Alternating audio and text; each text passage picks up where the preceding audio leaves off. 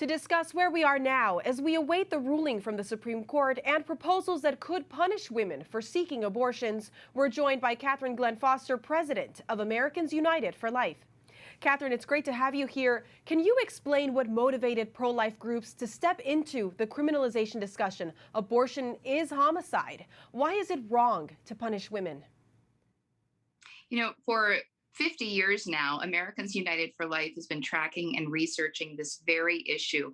And for 50 years, our goal has been to eliminate abortion, but not to penalize women, because over the course of decades, over the course of hundreds of years, studying the criminal law, studying what was working in criminal law and in common law, lawmakers realized couple of things. First of all, they needed the women in order to testify against those abortionists, the people that we want to be targeting these laws towards.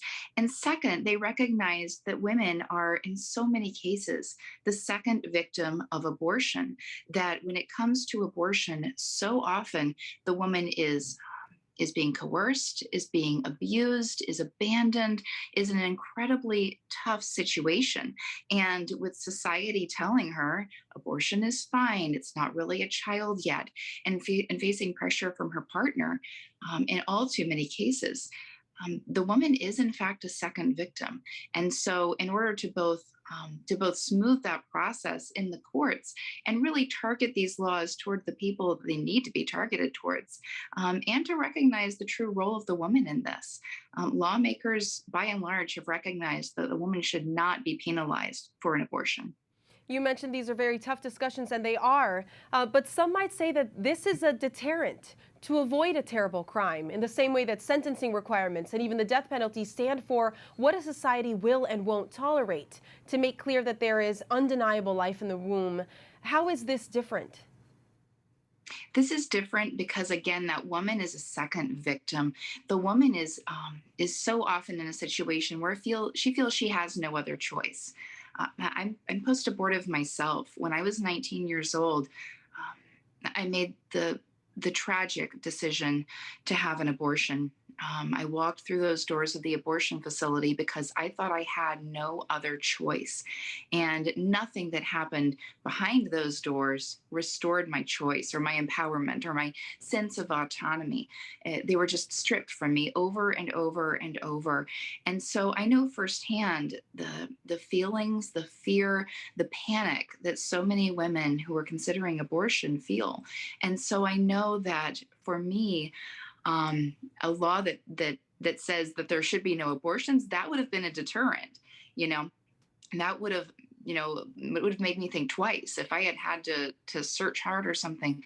But in terms of a punishment, we need to be on the side of the woman. We need to show that we are with the woman. We need to be encouraging her, showing her what the choices and the life affirming options out there are, because most abortions, first trimester all the way through late term, they take place for one of three reasons.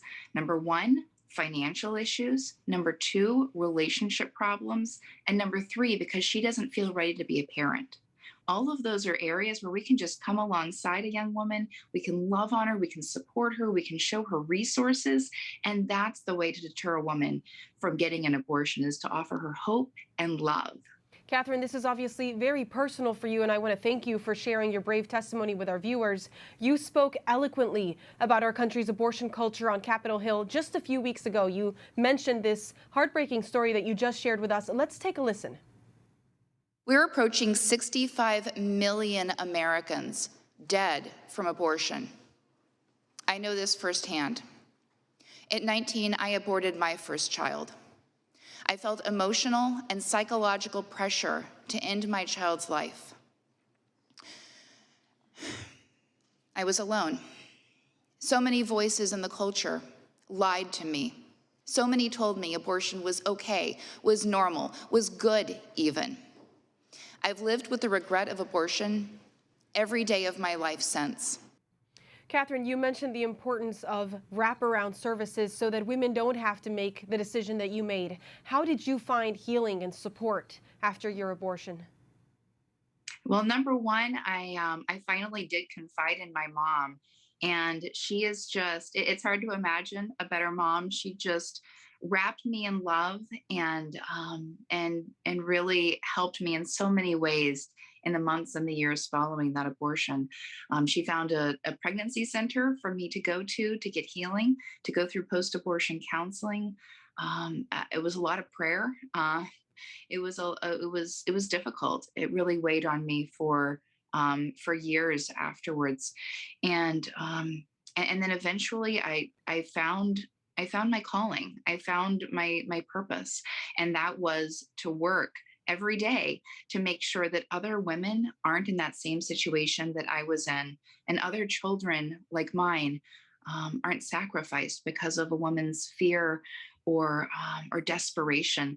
That we have a better way forward that offers hope and true choice, and it's just it creates a more humane America, and that's something that we should all want. And you've been working to build that more humane America for a long time. What are your worries? What are the biggest setbacks for the pro-life movement right now? Is criminalization the only area of disagreement? That is it's one of the big ones, I would say, in terms of controversy. But you know I would say that virtually every pro-life group is aligned on this, because we just want to love that woman and give her resources and support. Otherwise, I think we're all pretty much aligned within the movement that we want to eliminate abortions. And it's just a question of how far can we go and how fast, right? We all want to protect all the lives that we can, and just protect those women, those moms who are in tough situations. So it's hard when you want to do so much more, and you're doing everything that you can, just working with the lawmakers, working with the people in a state, seeing what we can do to create that more humane America, and build that human right to life, recognize the intrinsic value that every single human being has, and then work to make sure that that's actually lived out in our law and in our policy and in our culture. Well, it seems this is your moment right now, Catherine. Thank you so much for being with us. Pleasure.